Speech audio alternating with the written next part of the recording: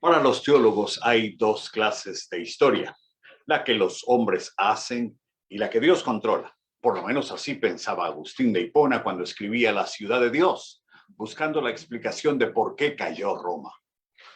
Los afectos de los hombres parecen tener mucho que ver con lo que Dios califica. Sus malas elecciones también identifican en dónde está su corazón. Esta semana recibí una llamada especial de alguien en Europa preguntándome por la situación geopolítica de Ucrania. Yo respondí 5 minutos sobre Ucrania y 15 minutos sobre la pregunta: ¿en manos de quién está tu vida?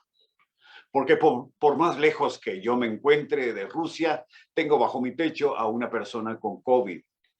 De modo que lo que importa es quién tiene el control de tu vida. En la enfermedad, en los accidentes, en las guerras, en los terremotos, en la reacción a las vacunas, en la decisión de vacunarte o no vacunarte, en el desempleo, en la quiebra, en la corrupción de los que gobiernan, en las decisiones que tomas para vivir, para viajar, para emprender. La pregunta es la misma: ¿está Dios en control de tu vida? Ucrania fue la tierra de un principado llamado Rus de Kiev en el siglo XII. Tras convertir el principado en reino, un reguero de sangre cobró la vida de la mitad de la población de mano de los mongoles.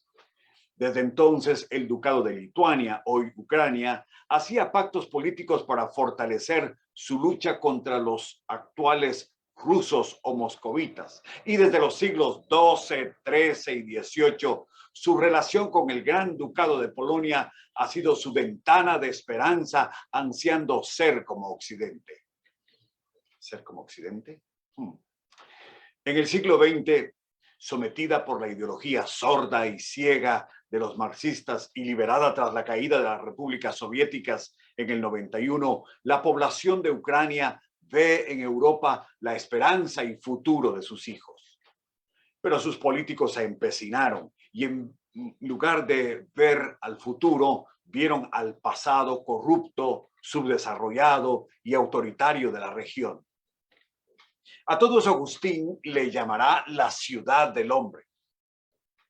A propósito, es como Guatemala, gobernada por los retazos del Código de Justiniano del año 528. Y desde entonces el derecho civil romano ha sobrevivido 1494 años, casi 1500 años. Y a Hispanoamérica fue traído por la universidad y lleva 200 años de producir corrupción, pobreza, injusticia y desigualdad ante la ley, cosas que destruyen al prójimo. Nada que destruya al prójimo debe pasar por alto según la ley mosaica o el Sermón del Monte. Y quizá una buena meta sería que antes que el derecho de Justiniano cumpla 1500 años, es decir, antes del 2028, ese horrible sistema de derecho debería desaparecer como tal y ser transformado y reformado jurídicamente. Los creyentes en Jesús debemos tener una narrativa diferente, una visión grande del Dios en que confiamos. No es el Dios de bolsillo que nosotros controlamos con nuestro discurso pidiendo un Rolex, mansiones y autos de lujo. Es el Dios del trabajo, de la esperanza, de la cruz, que reina y gobierna sobre la historia y sobre las naciones, sea Kiev, Moscú o Guatemala. De eso nos habla nuestro texto de hoy. Abra conmigo su Biblia a Amós capítulo 9. El libro de Amós habla de juicio por el mal trato al prójimo. Amós predicó al reino del norte, Israel, una nación que por 200 años tuvo una religión falsa con 2 becerros de oro por dioses. Y en los capítulos 1 y 2 de Amós, Dios anuncia juicio a todas las naciones. Y en los capítulos 3 al 6, Dios anuncia juicio a Israel. Y en capítulos 7 al 9, Dios da 5 visiones: la plaga de langostas, la plomada, un enorme incendio, la cesta con frutos y un capitel destruido, que ilustran el juicio sobre Israel, la nación escogida de Dios. Y hoy hablaremos sobre la visión del capitel. Examinemos juntos Amós capítulo 9, versículos 1 al 10. El juicio de Dios nos dice Amós 9, 1 al 10, tras leerlo una y otra vez, nos dice que el juicio de Dios empieza por casa. Y en primer lugar, dice el texto de Amós 9, 1 al 10, que el juicio de la casa se ilustra con un edificio que se desploma, versículos 1 al 5. El juicio es una casa que se derrumba, según el versículo 1. Cuando usted lee estos versículos, recuerde que estamos ya en la etapa de un reino rasgado en dos pedazos. Al norte 10 tribus y 200 años de pesada carga de una religión oficial cuyos dioses eran dos becerros de oro. Y la idea de esa religión era no tener que ir a adorar a Jerusalén, no tener que ir al sur. Y al sur, ¿qué había? Bueno, al sur quedaba un muñón con dos tribus de reyes davídicos y adoración en el templo de Jerusalén. Pues el profeta Amós escribe en el año 760 desde el sur con una idea central, la justicia. Y su profecía hace algo atrevido y aún prohibido para los destinatarios norteños. Menciona el altar del templo en Jerusalén. Y ahí sobre el altar está el Señor. Esa es la visión que tiene el profeta Amós. Y de ahí emana la orden, más o menos como Apocalipsis 4 y 5. Usted recuerda esos capítulos. Y la orden del Señor fue derribad el capitel. Una figura arquitectónica que sostiene realmente una columna y el peso de una pieza arquitectónica sobre columnas. Y Dios da la orden, derribad el capitel. Y probablemente se refiera a la invasión próxima que viene en el año 722. Estremezcanse las puertas, dice el versículo 1. Las columnas que sostienen a Israel se harán añicos. Samaria, la capital perversa, debe ser justamente el objeto de esta orden. Pero al final, lo que está en juego no es la ira contra las cosas, sino contra corazones despiadados. Por eso Asiria vendría en 722 a.C. y su afilada espada no daría tregua ni para la tentativa ni para el logro del escape. El juicio es una mano que te persigue, versículos 2 al 5. En esa metáfora geográfica, el que huye de la mano de Dios realmente no sabe que está cavando los cimientos, no de una casa, sino el refugio en una tumba, el Seol, la habitación de los muertos. Pero ni de ahí escaparán, dice el Señor. Sea el espantoso mundo del subsuelo o el elevado punto del cielo, ambos están al alcance de la mano de Dios, que pide cuentas a su pueblo. No se olvide que estamos hablando aquí de Israel, la nación que por ser pueblo de Dios creía poder jugar a la religión y darse toda clase de respiros en ese tema. Y Dios explica que un pueblo que se mete a Dios en el bolsillo, edificando ídolos, no practica la fe de Israel y no conoce verdaderamente a Dios. Luego mire lo que menciona aquí, la memorable cumbre del Carmelo, muy próxima a la costa del Mediterráneo, parte de la geografía del norte de la tribu de Aser, donde Elías otrora había derrotado a los 450 profetas de Baal. Aquel lugar en donde Dios había hecho caer fuego del cielo para consumir el holocausto de Elías. Y quizá era un refugio de peregrinaciones, un lugar sagrado para los que sufrían ataques de piedad. Y Dios dice, ni tus lugares sagrados te van a proteger. Y de las alturas del Carmelo ahora viene el descenso al mar, y nada podrá esconder de los ojos de Dios a quien tiene cuentas pendientes con él. Finalmente, el tema no se acaba con un mero castigo nacional. Si fuesen en cautiverio en una fila de esclavos, protegidos como un tesoro por sus captores, ni eso los escondería. En efecto, eso sucedió en 722 a.C., cuando se convirtieron en mano de obra para Asiria, esclavos.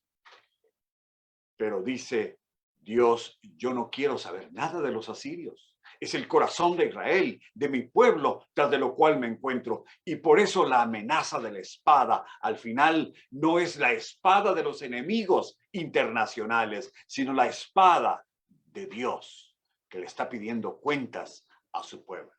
Mira, el versículo 3 menciona a la serpiente, el símbolo que usaron los egipcios. Si usted regresara unos capítulos, al capítulo 3, ahí se menciona el león, el símbolo de Asiria. Y en el capítulo 5, versículo 19, menciona al oso, el símbolo de Siria, y al león, que nos ilustra con todos estos animales las opciones que enfrenta Israel en política internacional. Son terribles enemigos que están controlados por Dios.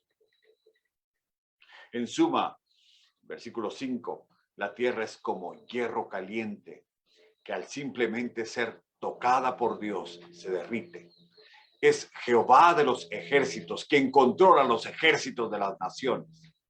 La imagen es temible porque la rebelión quedó atrás. La figura hosca del rebelde aquí es sustituida por la total cobardía de quien llora de miedo. Y su llanto se torna en ríos, aguas destructoras o que describen destrucción. Luego mudan su fluidez a desolación y ruina como el río de Egipto. Esto mira atrás, a unos versículos apenas atrás, Amós capítulo 8, versículo 8, donde hambre e inundación son calamidades que Dios controla, según Amós 8. Entre agosto y octubre, el Nilo sube de 6 a 8 metros. Menos de eso seca la tierra y más de eso la inunda ingratamente. Ahora, déjeme aclarar acá por un momento que nunca nos atreveremos a decir que tal o cual tragedia en el presente es un castigo divino. Pero siempre estaremos prestos para recordarle a usted que su vida está en las manos de un Dios grande, misericordioso y justo. Y esa es la razón por la que hoy debemos buscarle. Dios usó la mano dura con Israel, eso que usted llama su pueblo escogido. Dios al que ama castiga, y por eso debemos hablar con más reserva cuando decimos que así como Israel es el pueblo escogido de Dios, nuestro país también lo es. Creo que no tenemos idea de lo que estamos diciendo. Todo lo que necesitamos es que usted y yo nos parezcamos a Jesús, que amemos a Dios y al prójimo, que leamos su palabra, que tengamos fe práctica, fe en la vida diaria. Y eso es todo lo que Dios quería para Israel y eso es todo lo que Dios quiere de usted hoy. Así que en primer lugar, vemos que el juicio que empieza por casa se ilustra en una casa y un pueblo que se derrumba. Pero mire, en segundo lugar, el juicio de la casa se debe al rechazo de Dios como el gran edificador, versículos 6 y 7. Dios es el constructor del universo. Cuando Dios se puso del pie al lado de las galaxias y regó un polvo de estrellas en todo el universo, y una de esas pizcas de polvo es nuestro planeta, esta Tierra. Dios estaba haciendo gala de su soberanía, de su grandeza y de su poder. Dios es el edificador de las recámaras del cielo. Y Amós aquí nos lleva de vuelta al momento mismo de la creación en el que Dios creó todas las cosas, los cielos y la tierra. Y Génesis dice que tras crearlas, les dio un orden particular en los 7 días de la creación.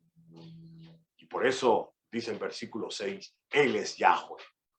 Al final, Él es Dios de Israel, el Dios que hizo un pacto con su pueblo, el cual las 10 tribus del norte han pisoteado acudiendo a otros dioses. Pero ese constructor del universo también es constructor de las naciones, según el versículo 7. El versículo 7 nos presenta a Dios como el amo que se para en un montículo y desde ahí silba a sus perrillos. les grita, les llama, les ordena y ellos obedecen. Son las naciones y le aclara a Israel con quién está tratando. No me sois vosotros como hijos de etíopes, dice Jehová, África. ¿No hice yo subir a Israel de la tierra de Egipto y a los filisteos de Caftor, es la isla de Creta aquí, y de Kir a los arameos, es Elam, por allá por el Tigris, a donde fueron llevados los sirios y damasenos por manos de Asiria? Es como si Dios nos dijera, no traje yo de Indochina a sus antepasados y traje a los mayas primero y luego a los descendientes de mexicas y epitoltecas. No les hice venir de mares, desiertos y montañas para formar este país. Dios es soberano y las naciones hoy y el Israel de hoy pertenecen a Jehová. Dios no es un Dios de bolsillo al que tú retuerces el brazo con tu iluminada imaginación o tus palabras. Dios es el Señor de las naciones. Te tengo buenas y malas noticias. Van las malas primero. Las malas son que Dios no está preocupado con tu Rolex o tu modelo de auto. Pero las buenas son que Dios te da vida y salud para que emprendas, trabajes, y además envió a su Hijo a la cruz para morir por ti y te ha dado fe para creer en Él. Y Él es el gran edificador que puso los fundamentos del mundo, de las naciones, de tu vida. En la Biblia hay por lo menos 4 clases de naciones, por lo menos 4 muy claras. La primera es Israel, escogida por Dios, pero que lleva con eso aún hoy la responsabilidad de siglos sobre su espalda. 2, naciones que usan su cuerpo político, su poder, para demostrar fuerza y destruir al prójimo, como Asiria, como Babilonia, como Grecia, Roma en su momento, pero que Dios actuó a través de ellas. 3, naciones que usan su cuerpo político o su poder para ser alcanzadas de manera especial por Dios en algún periodo de su historia, como Egipto en tiempos de José, como Nínive, la capital de Asiria, en tiempos de Jonás, o Ginebra y Escocia en el siglo XVI de nuestra era. 4, naciones que usan su cuerpo político para oponerse férreamente a Dios, como el Imperio Romano en el año 130 después de Cristo, o como el Egipto de Moisés y sus faraones, como Moab, Edom y los filisteos, y la mayoría de las naciones contemporáneas en los últimos 200 años. Y con esa materia prima, Dios es el constructor de las naciones.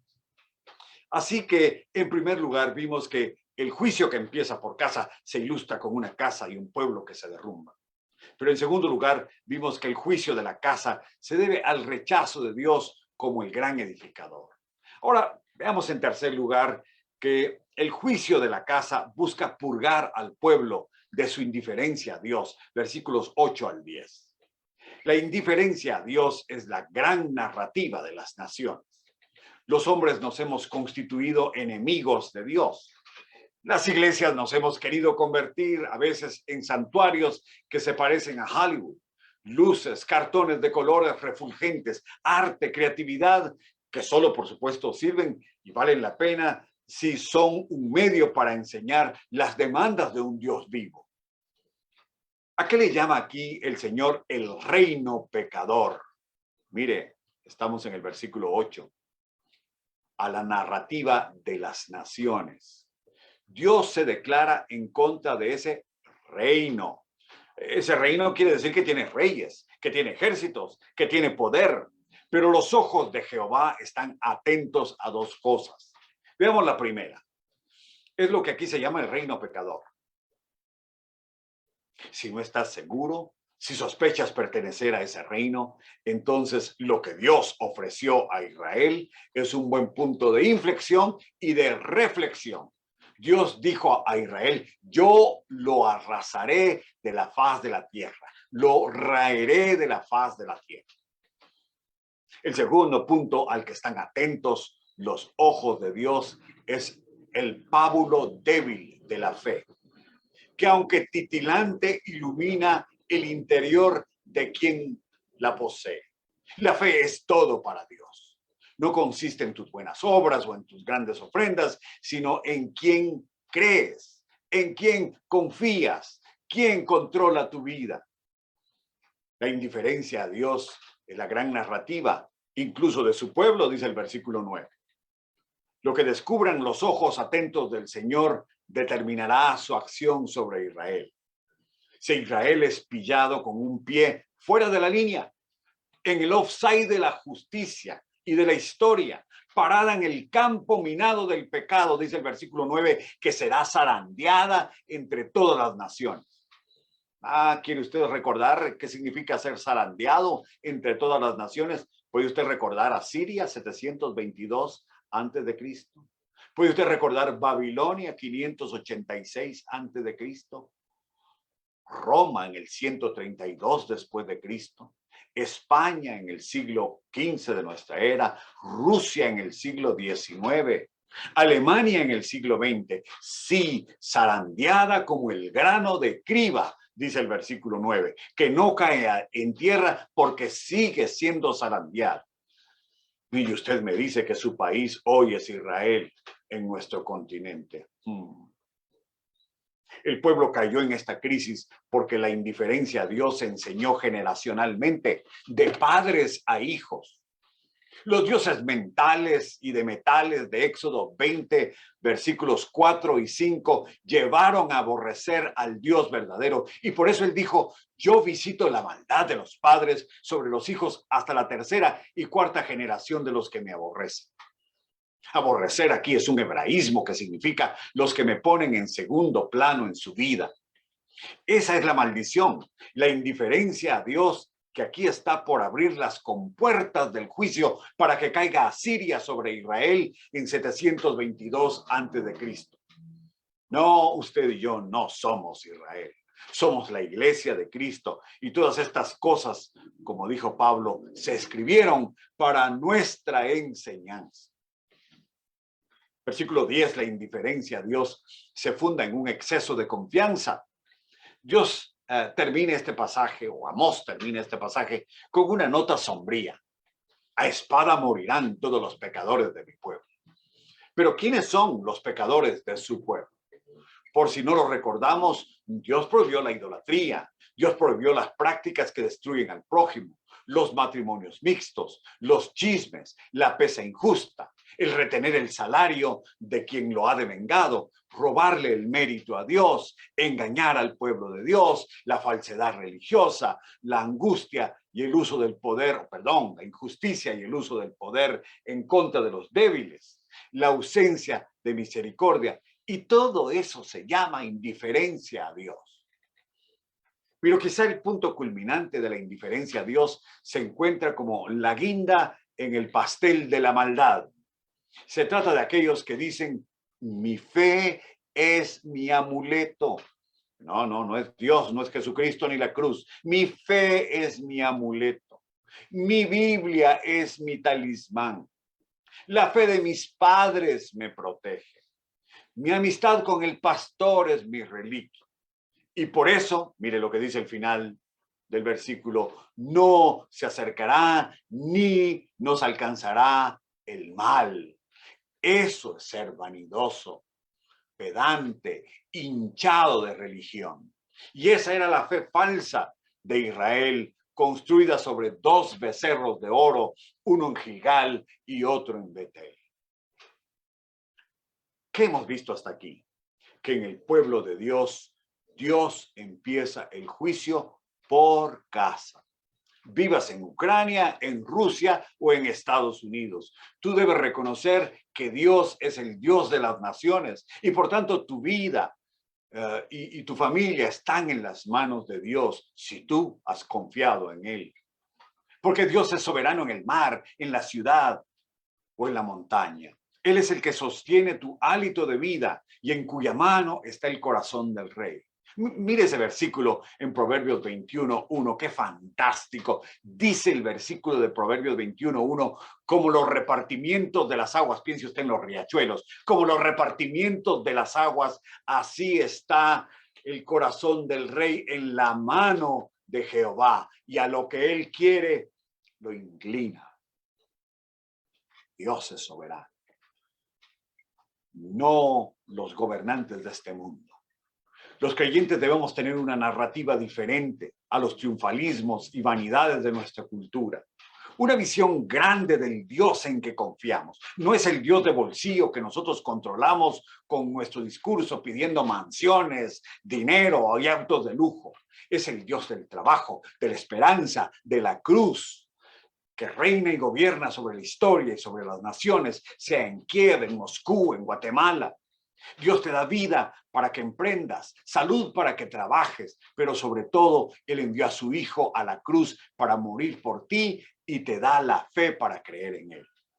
Y Él es el gran edificador que puso los cimientos, los fundamentos del mundo, de las naciones y de tu vida. Y hoy es el momento de reconocerlo y de rendir tu vida verdaderamente a Él. Porque Él no es solo el Dios de Israel. Él es sobre todo, y quiere serlo, principalmente para ti, el Dios de tu vida. Tu Dios. Oremos. Señor, te damos gracias porque nuestra vida está en tus manos. La historia de nuestros países. Los emprendimientos de los creyentes que en el siglo XVIII abolieron la esclavitud y a principios del XIX terminaron con esa terrible carga. Y Señor, que nos ha legado a nosotros el mensaje de la cruz, de Cristo Jesús, que murió por nuestros pecados y que resucitó al tercer día, y que es a partir de su resurrección que nos da el poder para triunfar hoy y para tener vida eterna y esperanza en medio de la tormenta. Te damos gracias, Señor, porque podemos confiar en ti hoy y siempre. En el nombre de Jesús. Amén.